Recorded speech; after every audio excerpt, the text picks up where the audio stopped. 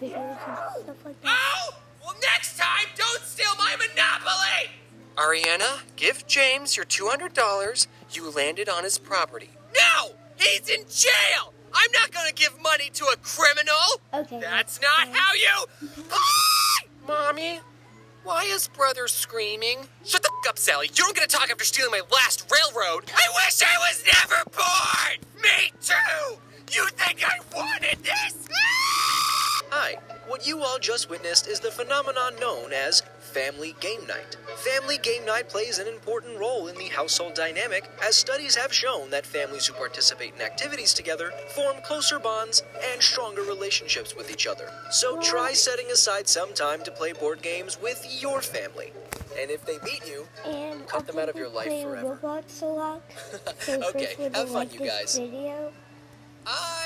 My name is DJ XXX. Like board games. 1, 2, 3. I guess any game that doesn't So involve me first one getting to up like and moving and around, save I'm a their huge name, fan of. Alfredo. Also, since I'm bad at everything and don't like playing games against someone who's better than me, I really love the games that don't require any type of skill, like the game Chutes and Ladders, which I just learned today has another name called Snakes and Ladders. Yeah, And I'm going to call it that Snakes and instead, because I'd rather draw snakes than chutes. In Snakes and Ladders, you have no free will.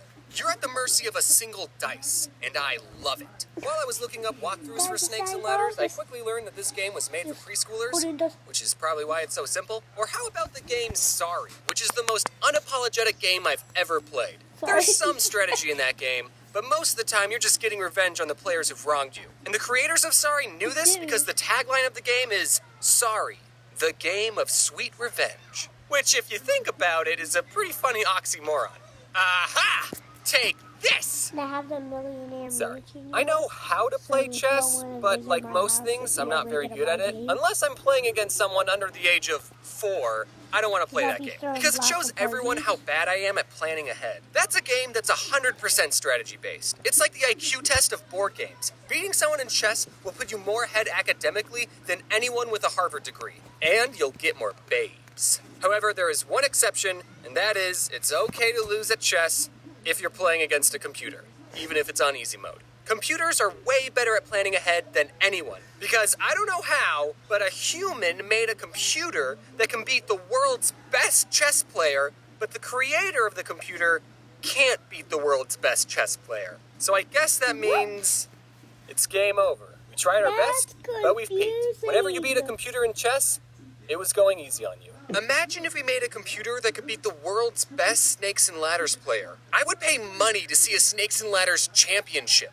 And everyone watching knows that the person playing is just some Joe Schmo that acts like the world's best Snakes and Ladders player, but they're all still excited. And there's real snakes that you get to slide down. That would be amazing. Sign me up. While we're on the topic of chess, I want to tell you about this cool sport I discovered called chess boxing. This is an actual competitive sport where 2 players play chess for 3 minutes, then box each other for 3 minutes. And they keep switching between chess and boxing until someone either gets a checkmate, they run out of time playing chess, or they KO the other player. I love this sport because it combines 2 polar opposite games, and it's something that anyone can play. Brains over brawn?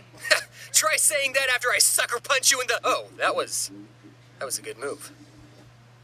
I'm gonna punch you so hard in the balls for that. I know I just said I was bad at chess, but if there's any YouTubers who want to challenge me to a chess boxing match, I will gladly take you to the ring, and we can charge people $12 just to watch. And we can end it in a draw, you know. So that way... He's a YouTuber. You won't look bad in front of your fans. So Battleship, that's another board game, and it also got a big Hollywood movie based off of it. I haven't seen it, but I hope there's a scene where the captain of the ship goes, "Men, fire at D6?" And then there's an explosion in the distance, and then Rihanna, who is actually in that movie, says, "Sir, the alien sent a message. It says, miss." And the captain goes, Someone write that down so we don't forget. And then there'll be an explosion at the back of their ship, and alarms start going off, and everyone on board starts freaking out except for the captain. And he goes, "Rihanna, send the aliens a message. Tell them it." Also, ask them if they think the situation would make a good board game. And if that scene is not in the movie, I hate it. Did anyone else collect a bunch of Pokemon cards but never knew how to play the game? I don't think I met a single person who actually knew how to play the card game. Which which was weird because in my school, the card game was just as popular as the video games. Kids would always show off their collection of cards and binders, and everyone always wanted the highly coveted shiny Charizard card. You know which one I'm talking about. You know which one I'm talking about. You know which one I'm talking about. Unlike Yu-Gi-Oh!, which had dedicated episodes explaining why these 5 pieces of cardboard were expensive, the shiny Charizard was rare, not because it was good in the game, but because everyone agreed that it looked cool. But then when you ask someone, hey, do you want to play a game? They would say, okay, I summon my Charizard in attack mode. Does anyone even know how to play the Pokemon card game? I bet none of these guys even know what they're doing. How'd this guy win? He didn't even call Uno. I can't be too hard on the Pokemon cards, because the card game I like is probably way more complicated than Pokemon. I don't know for sure, because, like I said, I don't know how to play the Pokemon card game. But my favorite card game is Neopets. I'm just kidding, that was a joke. Kind of. I did actually own a lot of Neopet cards. I don't remember exactly how to play. I do remember you have to get 21 points to win, which got me into playing blackjack. But it's okay that I don't remember how to play, because no one else is playing this game. I wanted to find some footage of a Neopet TGC championship, only to come to the disappointing realization that no Neopet championship exists, which is sad. So if there's any YouTubers watching who want to fight my Scorchio, square up. Okay, but for real, the card game I like the most is Magic the Gathering. And fun little factoid, all 3 card games I've mentioned were created by the same company, Wizards of the Coast. Hey, is that a Monopoly reference? I've been playing Magic since 2007, and back then the game was a lot more simple. Look at some of these more recent cards. First, see how many words are on them? And if we flip them over, they merge into an even bigger card. What? If you showed these cards to my 11-year-old self, I would have lost my marbles. My favorite thing about Magic is when Dick Garfield, was first creating the game in 1993, he didn't really have an accurate way of testing the cards to make sure they're all fair and balanced, and he ended up creating some of the most overpowered cards in Magic, and players today refer to these cards as the Power 9, because there were 9 really good ones, which is why every single one of them is banned. Now, don't get me wrong, the Power 9 are good cards, but none of them are like, you win the game good. Take this one for example, Ancestral Recall. All it says is, draw 3 cards, or force opponent to draw 3 cards. Which is stupid that they added that last part. Why would you ever give your opponent 3 more cards to beat you with? Now, I know what you're thinking. Wait, a slightly better Pot of Greed, which is a card that allows me to draw 2 new cards from my deck and place them into my hand, is one of the top 9 most powerful Magic cards? Yeah, Pot of Greed is banned too. Games play such an important role in childhood. And here's what they all teach us. In Magic, if you're really good at what you do, no one will invite you to their tournament. Monopoly, white-collar crime is okay. Battleship, just guess and check. Snakes and ladders, if you see a ladder, climb it immediately. And no one cares about Neopets. Now, if you excuse me, I have to show this prison guard my coupon I have that lets me get out of jail anytime I like.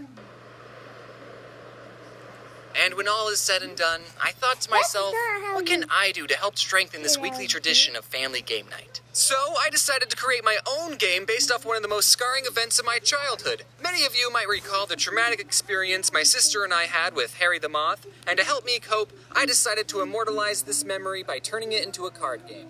Introducing Can't Catch Harry. I let my Twitter followers decide on a name, and they went with this one, so good job, guys. Here's a sneak peek of some of the cards. I spent a lot of time working on this game, and I know you're gonna like it. We got a lot of recognizable characters like Mr. Poe, Mom, Satan, and Sandwich Artist. We're launching the game on Kickstarter today, so check out the link in the description to get yourself a copy. We have different reward tiers like holographic cards, golden figurines, and even a custom-made card if you're into that. The reward tiers are only going to be available for 30 days, and given my upload schedule, I don't know if I'll be able to tell you that again, so I'll post updates on my Twitter and Instagram. That's right, I got an Instagram. I'm trying to tell you that to follow me on Instagram. Thanks for watching, and that's how we're going to segue into the end card. Also, should I mention the streamies? Should I say, hey man,